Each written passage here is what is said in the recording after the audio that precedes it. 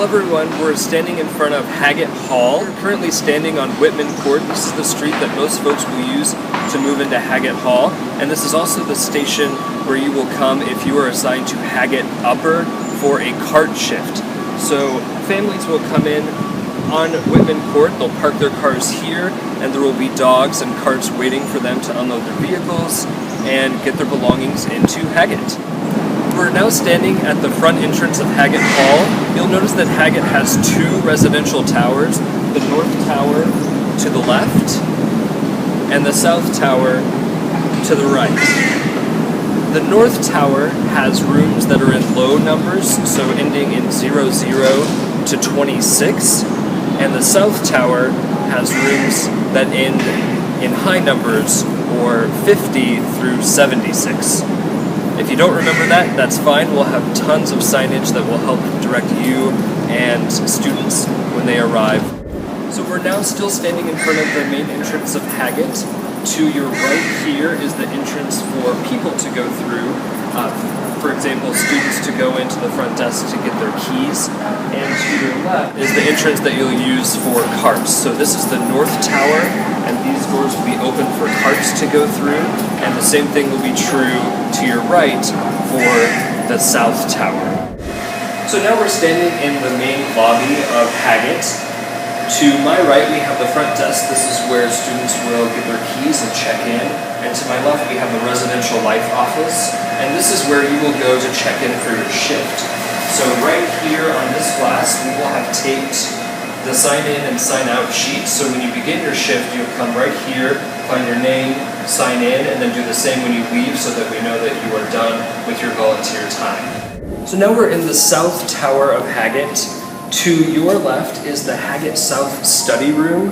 That is where we will have the package room. So if you have a package room shift, that is where you will go. Each tower of Haggett has a public restroom for public use. Down this hallway is the men's restroom.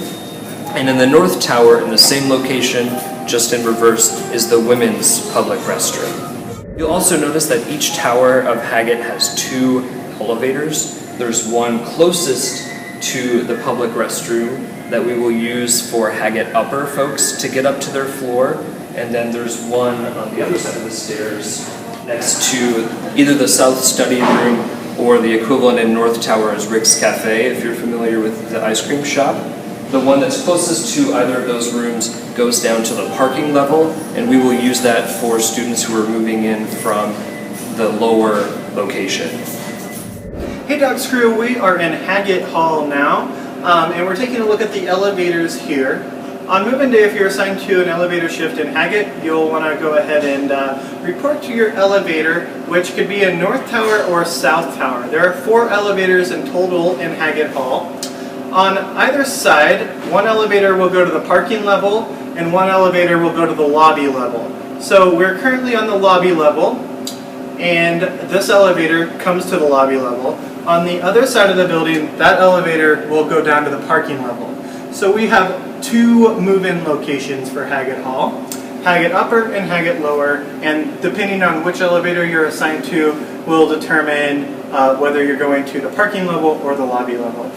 So the elevator is placed into independent service mode by an HFS staff member. So you'll see this is for independent service and it's switched on.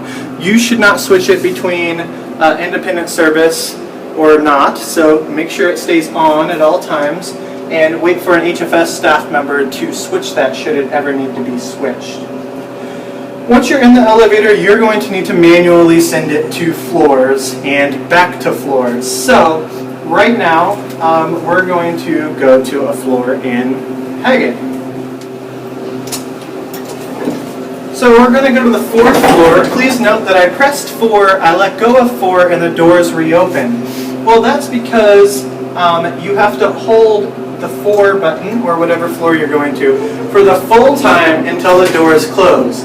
Once the doors close, then you can release and it will take you to the floor that you're going for. You're going to need to do that for each floor that you're needing to take carts to. And you're going to want to keep note, there will be a clipboard and paper in each elevator, and you're going to want to keep notes and go back to the floors where you dropped carts off at. So if you drop a cart off on the 4th floor, and you don't return to the 4th floor, that cart and that volunteer will be abandoned on the 4th floor. So make sure you go back to pick them up a few minutes later.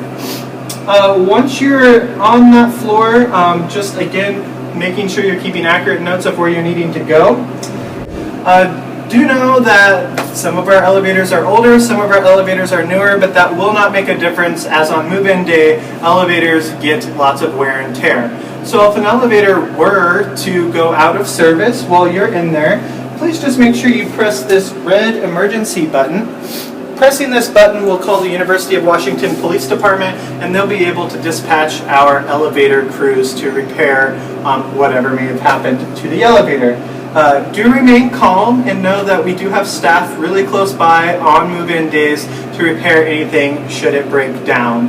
One last really important thing to note is never abandon your elevator. So if it's in independent service mode and you're in the elevator and you take off, then we will not know where that elevator is at. So at the end of your shift, make sure that the person coming to relieve you comes and relieves you before you leave the elevator. So don't just leave it on any floor just because your time is done. Make sure you find the person that's supposed to be replacing you, or find another staff member or volunteer for the elevator, and never leave it abandoned. So that's the elevators in Haggett Hall, and if you have any questions or concerns on move-in day, make sure you contact us. We'll see you soon. So now we're standing at the entrance of the lower garage for Haggett. So if you are on a cart shift in Haggett Lower, this is where you will report. This is also where families will come if this is their assigned location. So cars will come in this way and they'll park in this garage.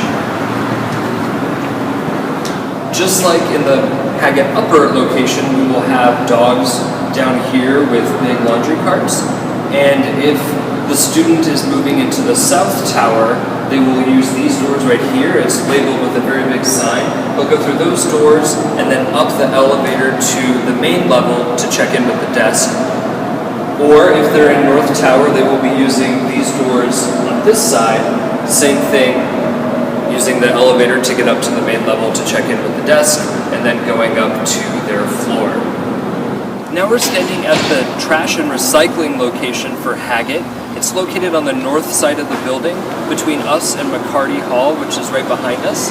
To access this, students and their families will be using this pathway right up here, which is right between Haggett and McCarty off of Whitman Court. So they'll come right down here, and during move-in we want folks to use this, especially the recycling bin, to break down their boxes and take down to this location. Thanks for taking the time to learn about Haggett Hall. We'll see you on move-in day.